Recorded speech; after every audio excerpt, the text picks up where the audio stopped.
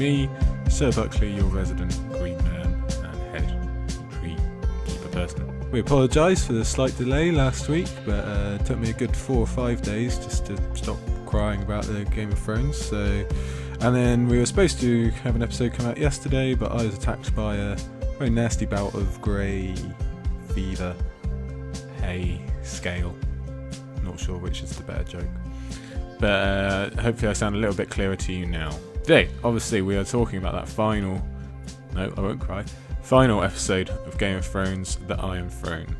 Lady Buckley is going to join me in a moment. You haven't heard from her in a little while, so I'm sure you're excited. Before I tell you what we're doing today and going into the future, let me talk about what we have been doing. Last episode was back to normal, back to a proper episode with the wonderful Chloe and Eliana of Girls Gone Canon. Please go and have a look at that. It's a really good episode. Back to normal, back to a nice long podcast instead of this minicast stuff. So go and have a look at that if you can.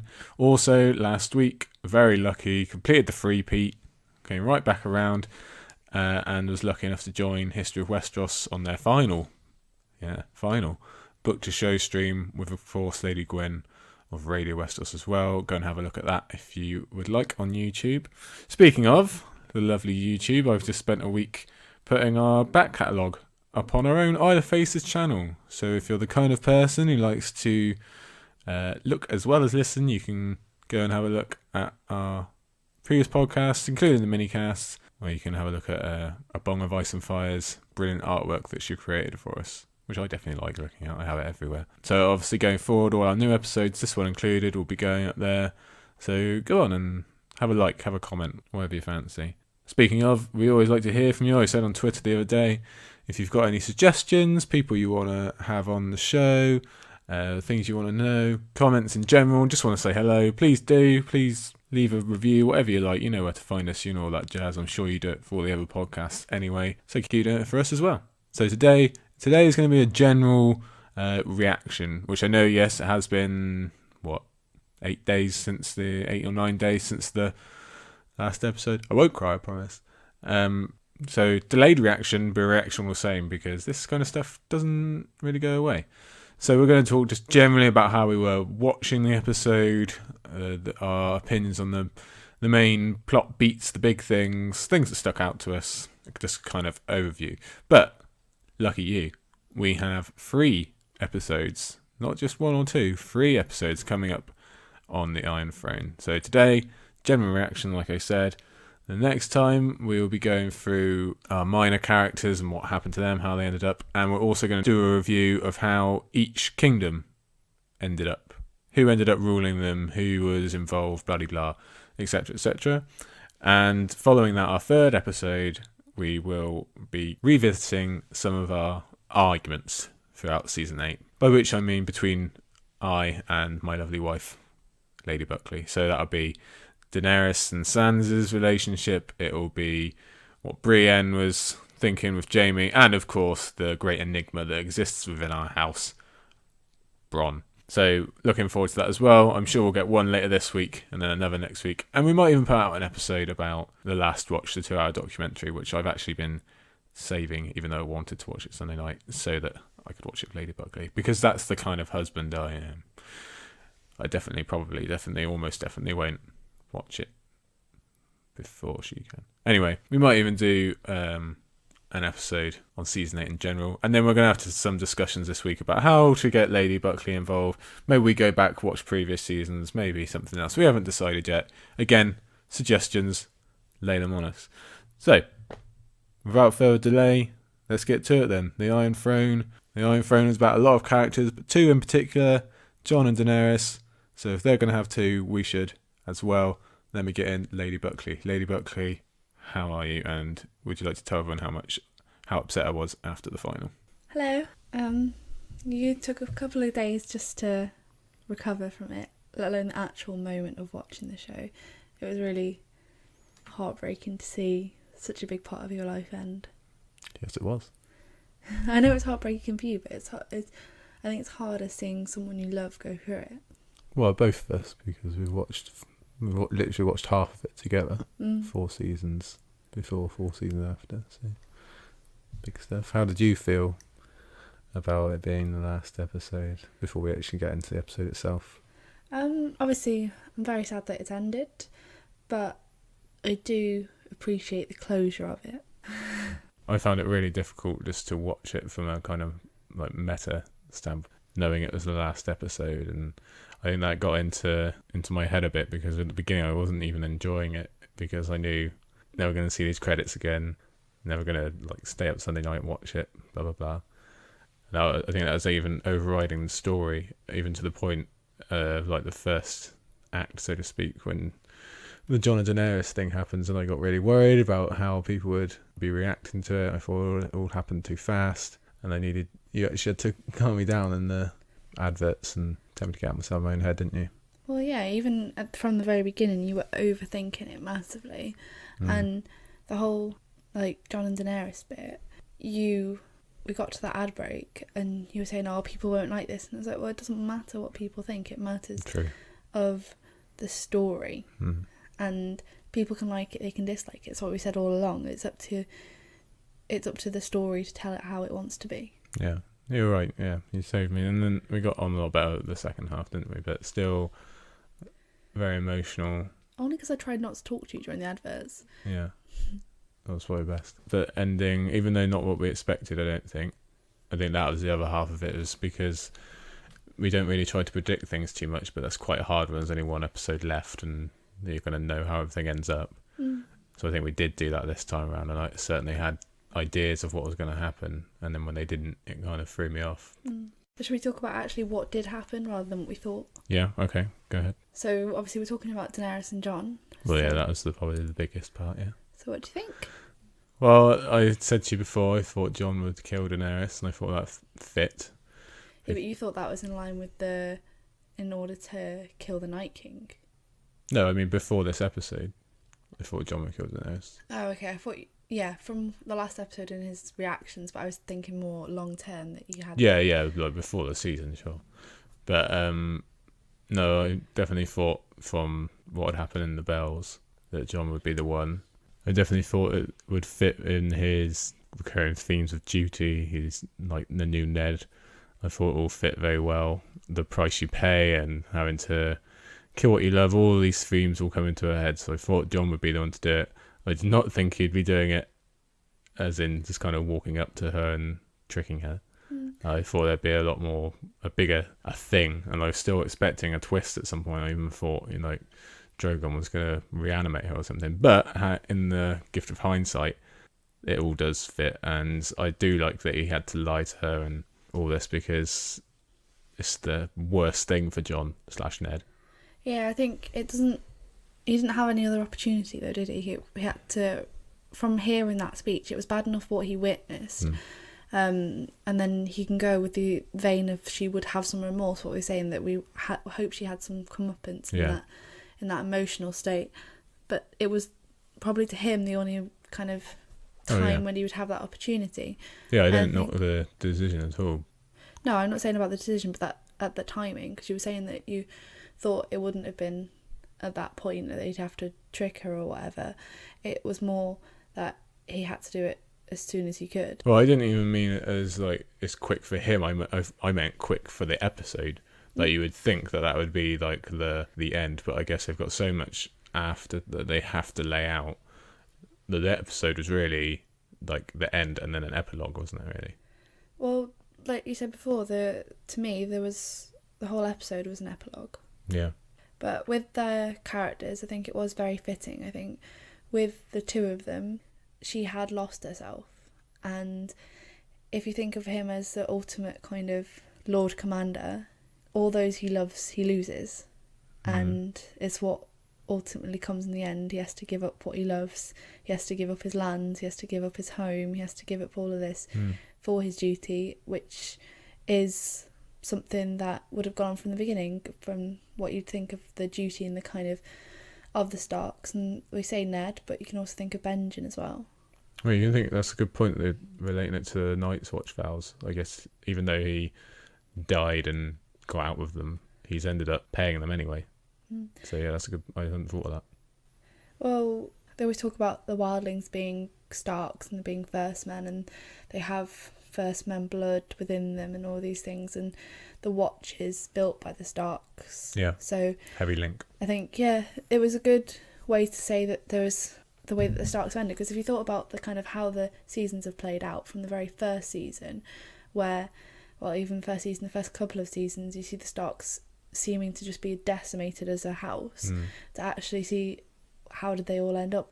Yeah, we said before last week about we really hoped that she would show some kind of remorse, and like you said, it was pretty obvious from that speech that she didn't, and she's kind of lent full into the cause, even with Tyrion and Jon looking not very happy. And you could see that speech, she was really kind of birthing an empire. That whole, the big stairs and all the soldiers and the massive tattered flag looked very, very imperial, empire-ish. And Jon in the throne room was really giving her every chance he could to show some kind of remorse or some kind of questioning. I would have loved to have seen her, even if she didn't admit it to Jon, just have some kind of fault when he said about children or whatever, but it wasn't there. I wanted her to go back on what she'd done, but I think if you take the time to go back to the previous episode and that moment, it wasn't a short moment, a long moment with her on Drogon where she's having that kind of internal struggle. You can almost hear it within her, all those things that she's been through, and think about her journey, and it is traumatic. It is, they think about it from the very beginning. She's chased out of her home, away from her family are murdered by the Lannisters. There was obviously other people who were alongside it, but throughout her journey Cersei was kind of intricate into her death, her like family's death, her child dying, all these kind of pressures she was pushed into, going and being married. She was sold, she had to go through all these torments, and it didn't stop when she got to Westeros. It continued. Cersei got worse. Cersei continued to do this. She killed the people the people she would have called her family. She had very little left, and people in that state go through stages of desperation. That's where you can see what 7 seasons internalized into 10 seconds. Yeah, if you can hope all we'd like, but it does make complete sense, and unfortunately what we hope it's not what the show is about, giving us what we want, is it? So sad to see Daenerys not have that remorse, and I was particularly sad that we didn't get any last words or anything, because like Jon does the deed and she clearly tries to say something and can't muster it, and then she's gone. It's just heartbreaking to see this character that we've loved and grown for and everything, and then she's just gone in an instant. Before this season I absolutely loved Daenerys, but I think it was good that she didn't have those last words, because obviously she's been all the way through when she was in Essos, she's had these great kind of speeches and strength behind her words, and she's had all these kind of people follow and believe her in her words, and to have that completely taken away by her falling in love with someone. I think the words didn't need to be said, because the reaction was Drogon's reaction. Yeah, I guess it's also a weird twist in that she's gone down this dark path and started getting paranoid, but she was right. Someone she just did kill her and end her ideals in the end. We all know that it was for the greater good, but obviously her probably last thoughts were like, oh, I am right, everyone is against me, blah blah blah. Yeah, I think you are right. Yeah, I think she probably did feel like she was betrayed, obviously, but I think going through her head, she had believed that up until that point she was embracing Jon. I don't think she felt like he was going to do that, otherwise she wouldn't have gone through that action. Well, no, of course not. I'm saying as she lays dying and he's just stabbed her, she probably did think that. Yeah, but I don't think it was the sense that everyone was against her. I think maybe she had a realisation within that moment of what had actually happened, what she had done. Well, we can hope so, yeah. That would be a good way to think about it. Also very emotional final shot of Drogon taking her and just disappearing into the clouds. But before then, just his whole reaction, his trying to nudge her lifeless body, and it just shows the true love for such a strong character, and that Jon can say like he loved her and he can have loved her, but like that was a true love between them. And the fact that he destroyed the throne that she'd been working for all the way since the beginning. Yeah. And he destroyed that. Where do you think he went? I would say he'd gone back to Valeria. How do you know where Valeria is? Because he flew over it. You see him fly over it when Tyrion and Jorah sail through. Yeah, I didn't know if they're in... Yeah, maybe they're... I'd still think that's where he'd go. Yeah. I just think he went and gave her a funeral somewhere. But let's move on anyway, because we're taking up time. So that's obviously the biggest part of the episode, but the other thing is that Bran becomes king and they have this big council. So what were your thoughts on the council and Tyrion's... So Tyrion's like... I think he had a real turning point here, because I know there was a lot of questions around his kind of intelligence and tactics over the last couple of episodes, even into last season, his tactics and his kind of ability to outthink other people. I think seeing Cersei and Jaime amongst the rubble really kind of focused him, cleared him from, well, this is what should be done, to actually get him back into that mindset of, yes, I am smart, I should try and outthink other people, rather than just think about what is right, what should be done, what should these people be doing. So when it came to kind of that kind of platform with all those people, he had that. He'd had that time to think about it, to already clear it up within his head. And I know he seems like exasperated in parts and he seems like he's given up, but he still uses that intelligence, which is obviously his strength that he's always had. Yeah, I think he is prepared to have no more part in rule or Westeros or anything. He was using his kind of last card to do something good, like you say, and have one last effect before he gets carted off. He probably expected to just be executed anyway. My biggest, the first thought I had about this council was that it's a really good reflection for how much influence Sansa's gained over 7-8 seasons. So if you look at who's there, like, there's a question of how they even got all these lords together, because generally they don't all like each other.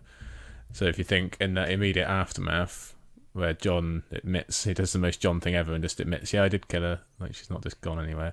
So he gets in prison, so I guess it would be Davos telling Sansa, because Davos hasn't got the power to call that council.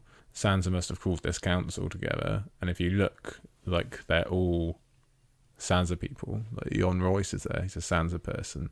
Robin Arryn's there, he likes Sansa. Obviously Davos and Brienne especially, Sansa people. Edmure is related to. Gendry's got connections to. Sam probably likes her. She's got connections to like 80% of Westeros that she's got influence over, and you can see straight away that she's basically in charge of this council. I think that is kind of a reflection on her journey and how she spent in King's Landing, but also the kind of setup that Peter Baelish kind of was trying to have with her. Obviously, we've got to negate his kind of intentions behind it, but yes, I do think that. But I think it was kind of set up by other people for her to be that person, to have those connections. Well, I disagree. I think a lot of it's off her own back. I don't think anyone ever intended for her to end up like this, obviously. I think you should give her more credit for taking it herself. I'm not saying that she didn't take it herself and have to go through those things and have to set up these relationships herself, but I think there was a lot of, as you would say, networking in the background done by other people to try and position her as if she was a pawn. Yeah, there definitely was a lot of that, but I don't think any of those efforts have lasted. All those people I just listed are pretty much ones she's made. But through having done that, she would never have met Robin Arryn or Jon Royce without Peter Baelish trying to set her up as that point. Well, she's related to him. But she wouldn't have gone to the Eyrie. What do we think about the outcome of Bran becoming king? Do you like that? I'm not sure. I would have preferred him more as an advisor, I think, than the ruler. But I guess with his kind of power, as you would say, he does have a good view of what is going on. The problem would fall at whether he has this kind of power, whether people would see it as an intrusion into their lives, into the histories, into the futures, into what's going on. And with that, it would be very difficult for him to rule. I think there would also, within that, I know they said yes, they agree, but I think there would be a lot of struggles within that. I know he's the oldest remaining Stark boy, descendant from Ned, but actually, whereas Sansa had these political connections, has worked from that. He has just, I know he had these journeys towards the north and to get this power, but in terms of the kind of laws of Westeros, where's he come from? Yeah, I think if we were going to look into the actual logistics of it, of like, would this actually happen, and like, will this happen in the books type thing, yeah, there'd definitely be a lot more resistance of the strange crippled boy with weird powers who supports a different religion and has disappeared for years and bloody blah, went above the wall, etc. So yeah, there'd definitely be a much bigger resistance than we saw. But and they've kind of muddled on what powers Bran still has, or like, does he still see into the future? Was that just for the Night King? We don't really know. But in theory, you know, he could be the perfect king if he does know all, like if he is all-knowing. But I was more worried. I thought they were going to choose Sansa. I thought Tyrion was going to nominate Sansa as a thanks for being a cool wife type thing. Yeah, I think that was kind of what everyone would have been expecting, and I think it was very good that they actually did do a spin on that, because yes, it is fan service to give it to Sansa because of all, like, how many people love her and her, like, what she's been through and her, like, development as a character, but I think it was better the way it finished, in that she was always been fighting for the North. She didn't care about Westeros, she cared about the North. I agree. It's better for her character that she, especially since, like, right back in season 1, she's like, no, I hate the North, take me south to all the lords and ladies. So there's a much better conclusion for her arc that she is, like, Miss North now. She's the only character we actually know anymore in the North. We don't know anyone else there, but which we'll talk about in our other episode. But yeah, it's a much better conclusion. But she also would have been deserving, I think. And I was very worried when Tyrion started going on about Bran that they would just forget Sansa again. That would have been bad. I don't think she was ever going to be forgotten. I think you could even say, was it their intention that this was going to happen? Who? Well, Sansa, Bran, Tyrion. Don't think so. Why? Or do you just think they're acting in front of all the other lords? No, I think that... Do you not think that it is something that Bran will have foreseen and Sansa would have always fought for? Well, I know there's ideas out there like, well, if Bran can see the future, maybe he's been planning this the whole time, but I don't like getting into that because it's just a minefield. But I'm not thinking about the whole time. I'm thinking of since they've come down. No, I think they went down to make sure Jon was alive. I think they had other intentions as well. I think knowing what Jon did. So can I talk about the Stark children now? Yes, if you wish. Okay, so unless there's anything else you want to say about that council meeting, or should we save that for time? Okay. So what I was saying was that I think the way that it ended was really good, and for when you see the first 2 seasons, you see kind of the Starks being decimated as a house. You see them kind of breaking apart and separating, and I think it was really fitting that at the end you see all the Stark children who are left in kind of where they belonged, with, even though they are all separate, they are still a pack. So obviously you've got all areas that we can kind of know of being covered. You've got Bran ruling Westeros, you've got Sansa ruling the North, you've got Jon in the true North, and then you've got Arya going to explore other lands. Yeah. And with that, you've got each one of them kind of suiting what their character arc was all about. Sansa was always all about the North. Jon spent a good time on the wall, of being above the wall, with the wildlings, having that connection. You had Bran finding out about Westeros and about the whole of that as a country, as it were. You had Arya going off and exploring new things and mysteries. Yeah, I agree. They all get good conclusions to their arcs. I don't think I agree with your reasoning. Why? Don't start a fight. I'm not. Well, why don't you agree with my reasoning? Okay, so you said Sansa's always been about the North. Yeah, I She think... did not care about the North until season 5 when she got put back there. Right, but when you think about it, she did care about it. What she was going through as a child. Yeah. And then through when she matured, it was all about the North. You can't judge... How? You can't judge someone on how they acted as a child, otherwise you would judge her for No, but we're talking Ned's about death. We're talking about her arc, right? And you're saying that her whole thing is she's always been about the North. Mm-hmm. She hasn't always been about the North. She barely mentions the North until season 5, which is half the arc. So she can't always have been about the North. So I thought those final 3 shots, I'm not really sure why they excluded Bran. That was a bit mean. But to be fair, I think Jon, Sansa, Arya, they have been the focus. Yeah, I know they've got Tyrion and Daenerys thrown in there as well. But as you said, like the Starks are the core. The beginning series is all about what's happened to them and then being ripped apart. And 7 and 8 was about how they came back together. They came back together for this one last mission to defeat the Night King, and then they got caught up in all this other stuff as well. Come together. Tragically, none of them are still together. They're all apart, like you said. But those final shots were very, very emotional. Really good idea to show Arya going west, like you said, which is a mirror to her going east in season 4. Sansa gets to be Queen of the North, which she's been focused on for so long.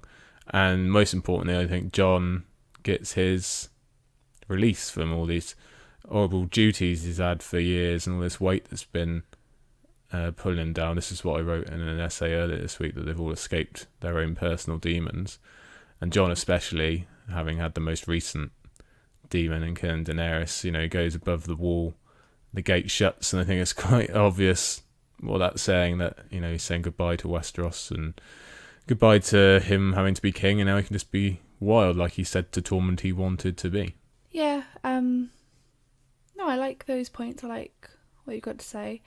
I think with that, obviously this is the point you were saying earlier, that this is where I didn't like the closing of it, in that all 3 stories, I really liked that how, even with Bran, how it ended for them. It was enjoyable to see that this is where their characters are.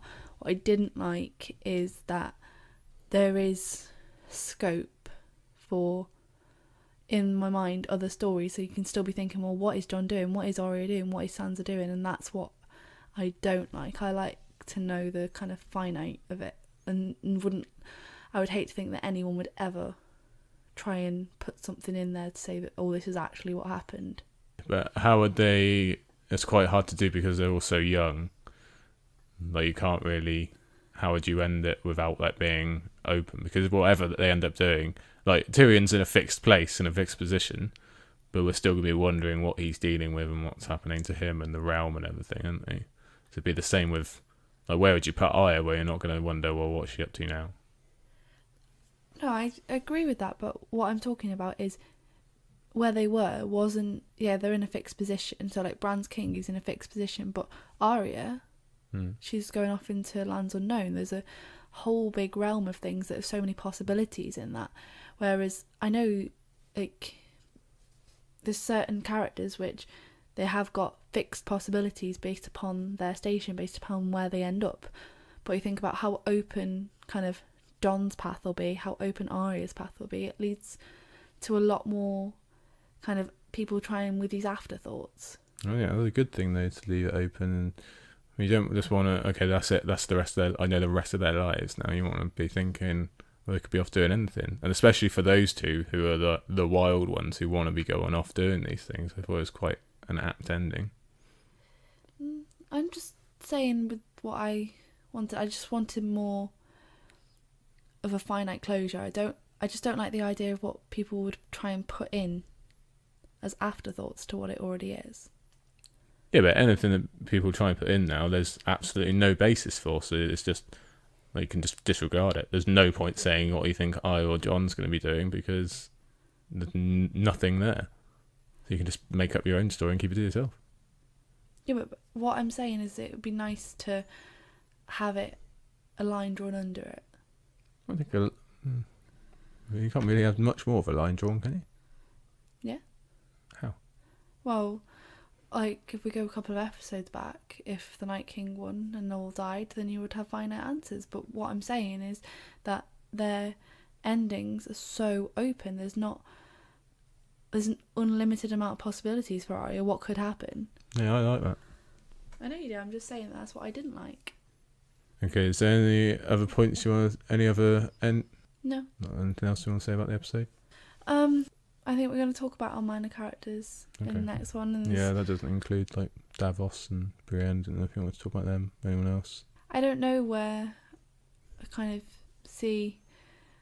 I think it was nice with the council to see the characters that we kind of loved and you would say kind of secondary characters and how they've earned those kind of rights, and I think they were all brilliant to see. It was a really nice kind of moment to have that element of comedy within it that's been throughout the show. How do you think you're going to remember the episode and season 8 and just the kind of the ending of it all as we go on? Do you enjoy it? Yeah, I enjoy every season of Game of Thrones, but I think what I will take from season 8 is the Battle of Winterfell. Yeah. That to me was the kind of true ending. I think everything else was just resolution of not all ties, but of all these journeys and all these lines. It was the resolution of the kind of epilogue, as you would say. That was the true climax. I think that's what I'd really remember. I had hoped previously, and I still did, that the Night King would end up being the final enemy. That's not what we got. But yeah, I think you're right. The only way to look at it now is that they all came together. They all had this mission. They all played a part in defeating the Night King. But that the fact that the whole show is about like how humans do each other over, basically do themselves in, by even facing all that, even defeating like literally the worst enemy you can think of. And they still managed to kind of destroy themselves through infighting, etc. Yeah, I think it really just shows humanity at its basis. That's my point. That was my point. And you just really see kind of the core of humanity. And if you strip it back, what they've got, people all have these layers and there's lots of different characters that show the different people within the world we live in. But actually strip them back to basics and what actually are the decisions, what actually are the motivations behind people and the relationships between people. Okay, should we wrap it up there then? Keep it as a minicast still? Mm-hmm. Okay, so that's our thoughts on the big parts, and then next time we'll do what happened to our minor characters. Maybe we'll shove a Davos and a Brienne in there for old time's sake. Well, we lost Missandei, so... Yeah, so we've got a slot. We'll go through quickly how we feel about where each kingdom has ended up and what's going on in general, and then we'll have our arguments one after that, if we know. Yeah. Okay. Do you want to say goodbye? Bye. Okay. There you go, folks. That's our quite rushed thoughts about season 8, episode 6, the Iron Throne. Quite rushed, but I mean, we could go on for hours and hours about something this monumental, and we like to keep that little mini cast format for you. For those of you in a rush, can't always get the big 2-hour podcast going. We'll get back to those soon enough. Do have to say though that, like we mentioned at the beginning, this was a big deal to us, probably to me especially, but to both of us as well. Lady Buckley has become just as invested, maybe not quite, but just as invested as I. And just to see the last episode and to see these things in universe, these all changing things, the conclusion of these arcs that we've seen right from the beginning. If you think how far Daenerys has come and the road that Jon has travelled and all the Stark kids, not to mention all the minor characters we didn't get to today, we will at some point, and just seeing how it all wraps up. And Lady Buckley makes a good point about open futures, and that makes some uncomfortable. I prefer it, but yeah, it was a thing, and very sad to see these characters go, these actors go. We've also grown to love. We've not watched the last watch yet, but I know rightfully so. All the people behind the cameras, behind the scenes, are getting a lot of credit and a lot of love, and we're very thankful to those as well. So the show we will miss, but the story is the thing. And I just love the idea of Jon getting to be wild and Arya being free, Sansa being the ruler, not the pawn. As tragic as it is, still very emotional about what happened to Daenerys, but it's not a show where we get what we want, and you just got to look at it as her mission kind of got accomplished. She did, if not break, at least change the wheel, not the way we had hoped for, and definitely not the ending. But do love that final image of Drogon taking her back east where she's supposed to be. And that's just what you gotta go with. Luckily, there's still lots to listen to, lots to read. We've got 2 more episodes coming on the Iron Throne alone, and I'm sure we'll think of other stuff as well. I've already done 2 essays on the Iron Throne, which you can find on our website, thegrindstone.co.uk, or just have a look on my Twitter. They're all about somewhere. Don't forget you can follow Lady Buckley as well. Again, have a look on my Twitter, you'll find it. And yeah, we will be back, so don't wait too long. Probably this weekend we'll do our minor characters, what's happened to the kingdoms at large, and maybe some Davos and Brienne, some other cool characters. So stay tuned. Please do get in touch. We love talking to you all. We love hearing from you. And just keep telling me I'm right and she's wrong, because that's what we want to hear. Until next time, we'll see you then.